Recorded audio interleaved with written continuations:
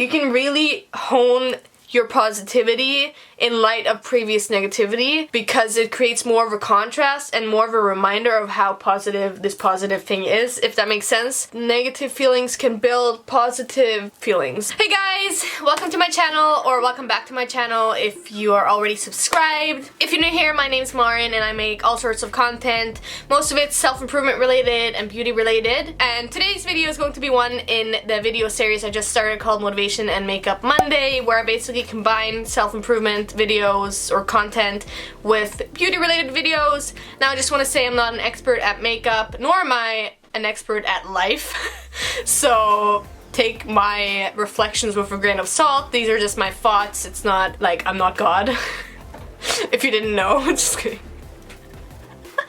I actually have already filmed this video. I filmed it yesterday and I noticed after I filmed it that the whole time my camera was out of focus, so I'm actually trying to replicate what I was saying yesterday. But that aside, today's video is going to be on the topic of contrasts. It's going to be one basically inspired by my yin yang tattoo, and I also want to just say, if you're new here, I've already done my like base makeup because I tend to ramble a lot, so I wanted to have some of my makeup done before I start the like eyeshadow and stuff, which I think the eyeshadow is interesting stuff anyways.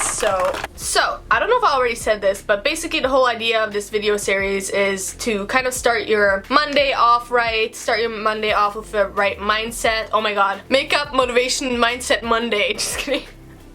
So many M's. Oh my god, Marin. Oh god, okay.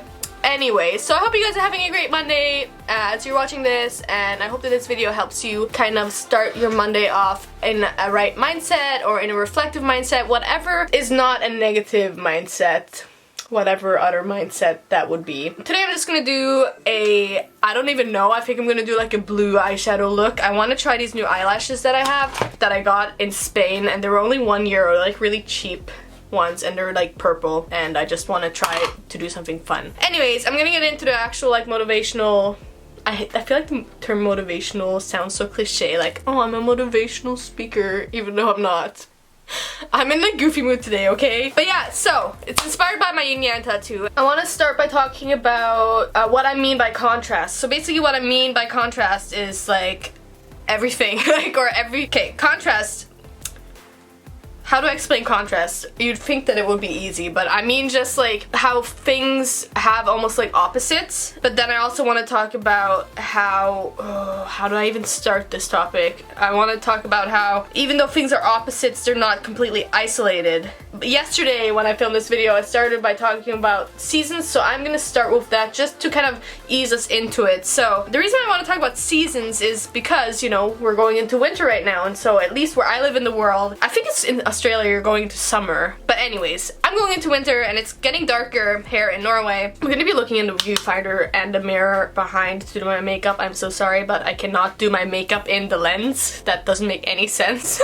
So I wouldn't be able to see anything. But yeah, we're going into a dark time, and I know that a lot of people tend to think very negatively of it, and I am also guilty of that. I always want to be transparent on this channel. Like, I'm not a fucking, oh, what am I doing? Like, I am definitely not, I don't always do what I preach, if that makes sense. I don't think anyone does. What am I doing? But yeah, I was saying that a lot of people, you know, because winter's so cold and it gets dark, a lot of people tend to be really negative about it. As do I at times, you know. I feel like I'm starting to feel the dread, or like that feeling of like it's just dark all the time. Like, it gets dark. It's probably starting to get dark right now actually as I'm filming this video, because I am not good at planning shit. I mean, I am. I love planning shit. It's just actually doing shit.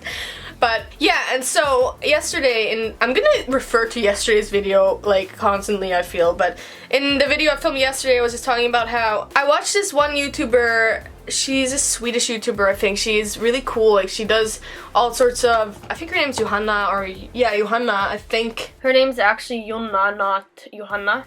I'll put her thing up here. But yeah, she does these like cool things. She like lives out in nature and she kind of like documents it and stuff. And she was talking about winter and summer and how she appreciates both of them and the changing of the seasons, because winter is more about inner reflection or like your inner life, whereas she was explaining how summer is more outward expression and more, you know, your social or summer events. When it's cold in winter, everyone's staying inside and there's more time to reflect because of that. And she was just saying how she kind of embraces these changing of seasons for that reason, because I think that, and I agree with her, you know, I think that we need both if we're gonna be like a complete human being. I mean, not to say that people that live in places that aren't like that aren't complete human beings, but I feel like you can embrace it and get something out of both. And the thing too that I love about contrast, like especially with seasons, it's so hard to talk and do makeup at the same time because I'm like trying to think of what I'm gonna do next and then also like what I'm gonna say next. Oh yeah, I was saying that the thing I also really like about changing the seasons, like I lived in Winnipeg, Canada for my studies. If you're new here, I studied in Canada, now I live in Norway. I'm from Norway. That's a whole other story. I'm telling you my life story. But yeah. And Winnipeg has like actual proper seasons. It has like a really nice fall where it can be really dry, but it can also rain a little bit. And then in winter it's fucking so much snow. And then and summer is really hot. And so where I'm from in Norway, it's more like rainy the whole time. It's kind of annoying, but yeah, Winnipeg has like proper seasons and I really did enjoy that. I really enjoyed the seasons because if everything was the same all the time, as much as, even if you actually really hate winter and you don't see the beauty in winter, it would be boring if it was just summer all the time. And you actually, I don't think you would appreciate summer if it was winter all the time. No, if it was summer all the time. What am I doing? I don't know. I don't know what I'm doing in general. Yeah, and so this is gonna get me into what I was talking about yesterday in my video. Was I started talking about this whole logical idea. This is actually like a logical idea, like I just said 1 second ago. And I actually found my old paper that I wrote about this. The paper is called The Illusion of Isolation, and I just talk about how, and this is all inspired by other philosophers, like I'm like an original thinker in this regard, but I just talk about how nothing exists in isolation and how things, okay, so philosophy is so hard to explain. Simple concepts that are hard to explain. Yep, that's philosophers in a box. So Fichte or Fichte, Fichte and Hegel, I love Hegel. They talk about the rubric of identity. It's basically this whole idea that A equals A, so I'm myself, like I am equal to myself. And then it's a is not equal to not A, what? Isn't this the wrong? Yeah, A is not equal to not A. Why did that just not compute in my brain? Oh, I get these like rashes sometimes, if you guys have noticed. Anyways, and then A equals not A. So basically this whole idea is, Derrida actually came up, this other philosopher, Derrida, he came up with this idea of this term trace, which describes basically that there's like a trace of what something is not in what it is, which I think is almost basically like the whole yin-yang thing, just described in a different way, because the whole idea of this logical setup is that you are what you are by way of what you're not, if that makes sense. And so this is a lot of what is portrayed in the yin-yang thing, is this whole idea of binaries, so good and bad, love and hate, and all these things. And the basic point is that one can't exist with the other. I meant to say one can't exist without the other.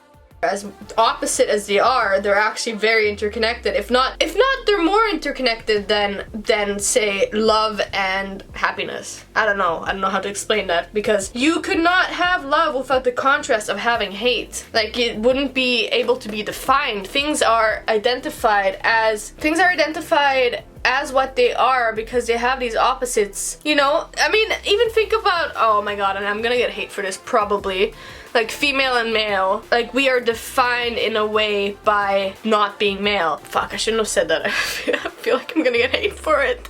Someone's gonna get offended. I don't mean it in an offensive way. Guys, I guess I should say femininity and masculinity. I'm just gonna read this passage from my own paper. Let me guys, why do I say that all the time? It's like my brain is like jumping ahead or something, but let me know if you guys want to have me make videos on papers that I've written, because I've actually written quite a few papers, and quite a few of them I actually like the ideas that I come up with, and I don't know. Anyways, so here's just a passage from my paper, The Illusion of Isolation. So I say, indifference, which is Derrida's one of Derrida's writings. In Difference, Derrida invents the term trace to describe what is left of what something is not in what it is. It is derived from Fichte and Hegel's rubric of identity, shown below, and from de Saussure, I don't remember how to pronounce his name, de Saussure, probably butchering it, from de Saussure's negative relations, whereby he explains that meaning is created through an interplay of differences. In other words, I am me by way of not being you and not being my friend, not my mom, nor my dad, and so on and so forth. Logically, it can be laid out as Fichte and Hegel's rubric of identity, and it's presented as follows: A equals A does not equal not A equals not A. Thus, essentially, to create meaning, one must negate what a term is not, and this is essential. To create meaning, you have to negate what something is not. Like I said about good and bad, anyways. Nothing can just be something without relation to what it is not, and thereby logically nothing can exist in isolation. The last line of the logical rubric, A equals not A, shows that part of what A is what it is not, in that it is dependent on what it is not to be something.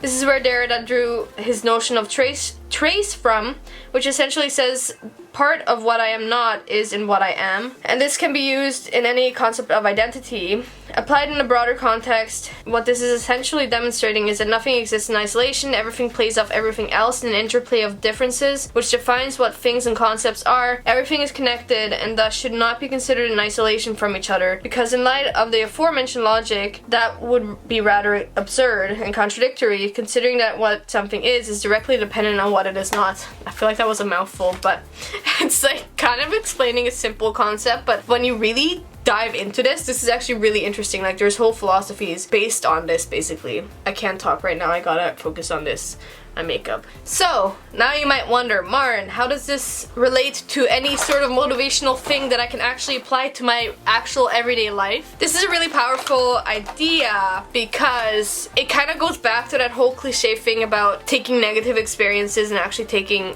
something good out of it, because it suggests that even really negative things have something positive in it, because negativity can't exist without positivity. And the thing with that too is that when you're in something negative, you can remind yourself that there's no way it can last forever, because it couldn't be negative if there hadn't been something positive. I don't know how to explain it. It sounds so stupid and obvious and duh. This is often how philosophy is, but actually sitting down and putting this into practice is actually really good, I think. Sorry, I'm just red on my face, that's why I'm fixing it. But yeah, and this is something I really put into practice this fall, because as I've said a million times on this channel, this year has been really tough for me. I've been going through a lot of shit, but this fall, when I finally, I moved away from Canada, I'm done my degree, and all of that stuff, I had some really happy moments, and those happy moments were extra happy in light of the negative moments I'd had earlier this year, if that makes sense. So you can really utilize this and almost make happy moments even happier if you remind yourself of negative moments that you have. I mean, I guess you could do the same with negative moments. But my point is that you can really hone your positivity in light of previous negativity, because it creates more of a contrast and more of a reminder of how positive this positive thing is, if that makes sense. And the thing too that I wanted to talk about is that it kind of is a very realistic way of thinking, because I've seen all these posts lately about I don't know what it's called, delusional optimism or something, I'm not sure, where basically you're ignoring your feelings and you're just yeah, whatever, I gotta be positive, just be positive. And it's talking about how that's toxic because you actually have to sit with your feelings. This is a very realistic way of living, and this is why I love this whole idea, because it also embraces negative feelings and negative emotions. It accepts it, but it doesn't dwell in it, if that makes sense, if you really grasp this whole idea or this whole philosophy, I guess. I'm gonna do my eyeliner off camera. I have to admit I kind of fail in this eyeliner. They're not even. But anyways, as I was saying, this kind of a view, or this kind of a reflection on life, the deeper and deeper you go, it gets better and better, I feel. But You should study Hegel. Hegel is all about opposites and binaries and how like they play off each other and become like a next thing, and then that one has an opposite, and then that goes like, it's like this whole like staircase that he's building. Anyways, that's besides the point. I love Hegel. Fuck. But what I was saying is that it kind of is not this whole delusional optimism or delusional kind of positivism, which I agree it can be kind of toxic. Sorry, I shouldn't have done that. I just used the thing, like the tripod, to like... Anyways. But yeah, it's a more realistic way, more reflective way, and I think one that builds better character than being just like a delusional optimist or delusionally positive, because it allows you to feel your feelings, because you know that negative feelings can build positive feelings, or build or like help emphasize positive things in life. And I even for my negative times, I utilize this kind of a way of thinking, because I've realized that, you know, a lot of the negative things I've gone through in my life, I would not be the person I am today if I hadn't gone through them. Sure, some of them are traumatic, and some of them I do kind of wish didn't happen, but at the same time, I can't do anything about them. Only thing I can do is try to like grow as a person because of them, and potentially help other people in similar situations or have gone through the same things. And so this whole idea of embracing contrast can be applied to so many things in life. Like I said earlier, you can apply it to like seasons, and God, I shouldn't be putting blush on here.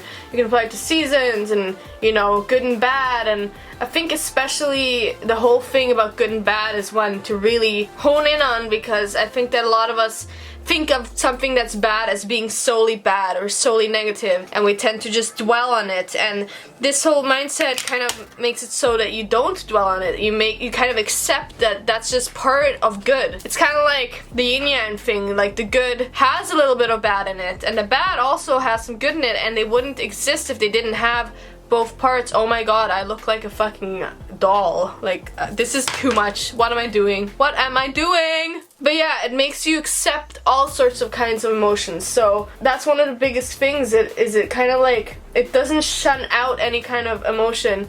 Like even like anger, like I don't know where I was going with that. Like, everything has an opposite, and we know... What's the opposite of anger? Contentness?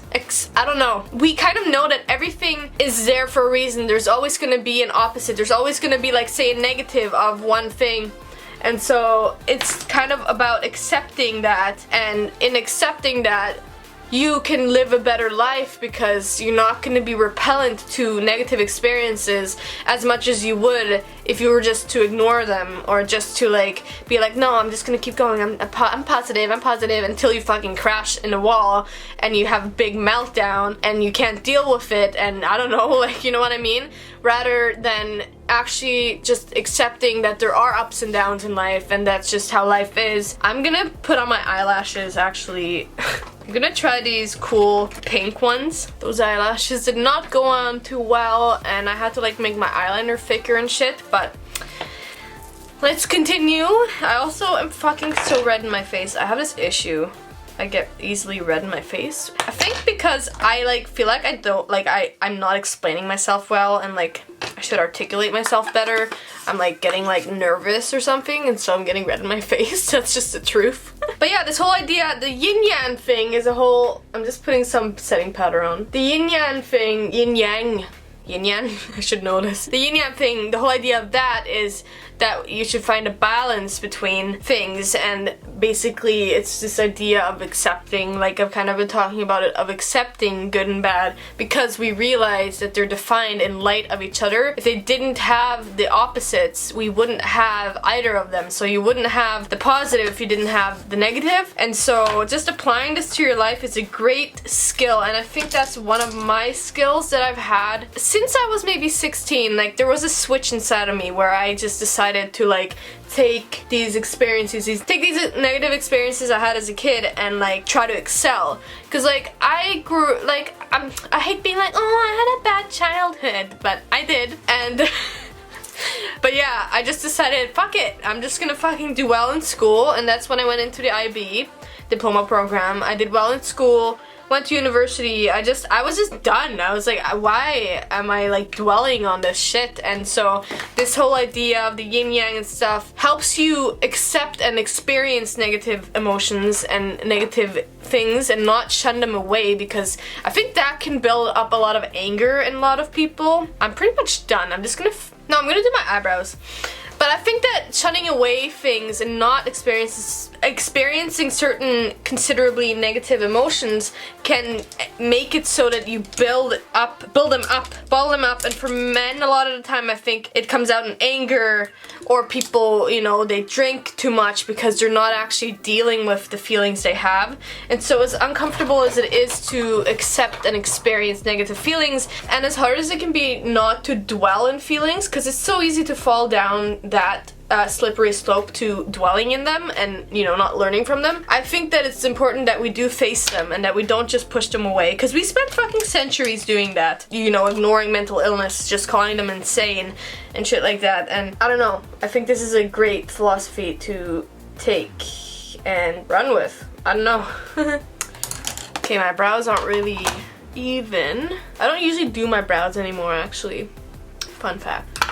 I just gotta do my hair. I want to do some cool buns, and I'll be back. Lipstick. I feel like this is a perfect opportunity for me to try this new lipstick or lip gloss that I got. It was on sale. It was super cheap. It's like holographic looking, so I'm gonna try this. I know I look fucking crazy, by the way. I gave up. I was gonna make them like cute, like these buns, but I feel like I actually just look crazy, like, and with this makeup. But I'm actually not going anywhere. Man,